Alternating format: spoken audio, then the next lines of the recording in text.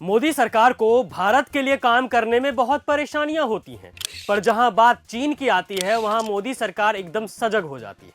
आप आंकड़े उठाकर देखिए ना, चीन 2024-25 में भारत को करीब 101 अरब डॉलर का सामान बेचेगा, जो कि चीन में ही बना है। इसमें इलेक्ट्रॉनिक सामान, किसानों के लिए खाद, दवाइयों के लिए कच्चा माल, फोन, कंप्यूटर, प्लास्टिक से जुड़े सामान और जरूरत की हर छोटी बड़ी चीज शामिल है।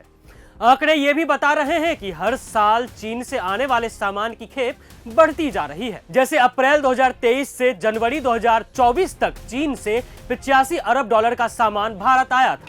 वहीं अप्रैल 2024 से जनवरी 2025 तक चीन से 95 अरब डॉलर का सामान भारत आया है। यानी एक साल में ही चीन से आयात 11% ज्यादा बढ़ गया। वहीं दूसरी तरफ भारत चीन को कुछ खास बेच नहीं रहा है।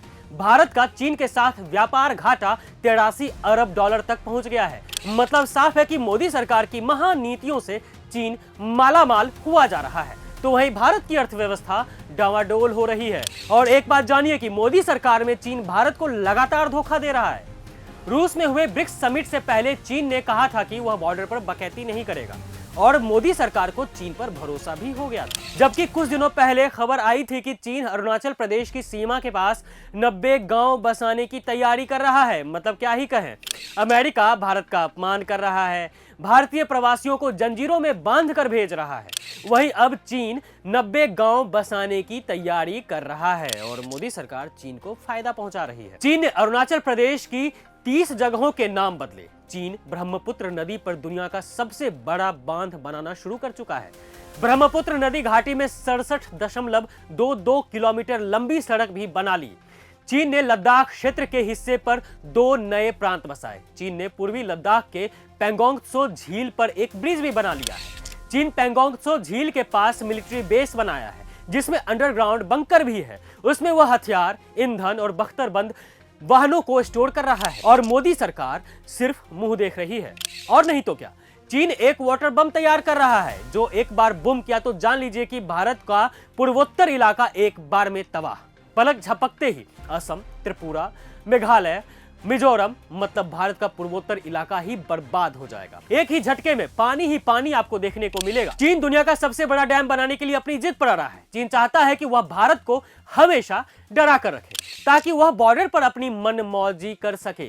चीन इस डैम के जरिए ब्रह्मपुत्र नदी पर अपना नियंत्रण काबिज कर लेगा, जिसके बाद वह ब्रह्मपुत्र नदी के पानी को नियंत्रित कर सकेगा। वह अपनी जरूरतों के मुताबिक कभी पानी रोक देगा तो कभी एकदम से पानी छोड़ देगा। यहां तक कि किसी वक्त भारत और चीन के रिश्ते बहुत ही ज्यादा खराब हो जाते हैं, तो समझ रहे हैं आप कि क्या हो सकता है।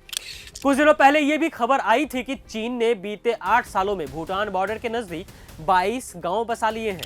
8 गांव ऐसे हैं जो भूटान के पश्चिमी हिस्से में डोकलाम की सीमा के पास है। इन्हें साल 2020 के बाद बसाया गया है। यही नहीं, चीन ने इन गांवों के आसपास अपना मिलिट्री पोस्ट भी बना लिया है। यानी भारी संख्या में यहां चीनी सेना के जवान अब तैनात हैं। ये मोदी, क्या आप जानते नहीं हैं ये सब बात, या फिर जानते हुए भी नहीं जानने की एक्टिंग कर रहे हैं? ओवरऑल बात यही है कि चीन बॉर्डर पर मनमानी कर रहा है, लेकिन मोदी सरकार बिजनेस कर रही है उनके साथ। और तो और चीन से मोदी सरकार की बिजनेस 101 अरब डॉलर तक पहुंच गया है। यानी एक साल में ही चीन से आयात 11% ज्यादा बढ़ गया है। और मोदी जी बात करते हैं कि वह चीन को अपनी लाल आंख दिखाएंगे। वाह मोदी जी वाह। मोदी है तो मुमकिन है, पर विकास नहीं, भारत का नरम रुख मुमकिन है।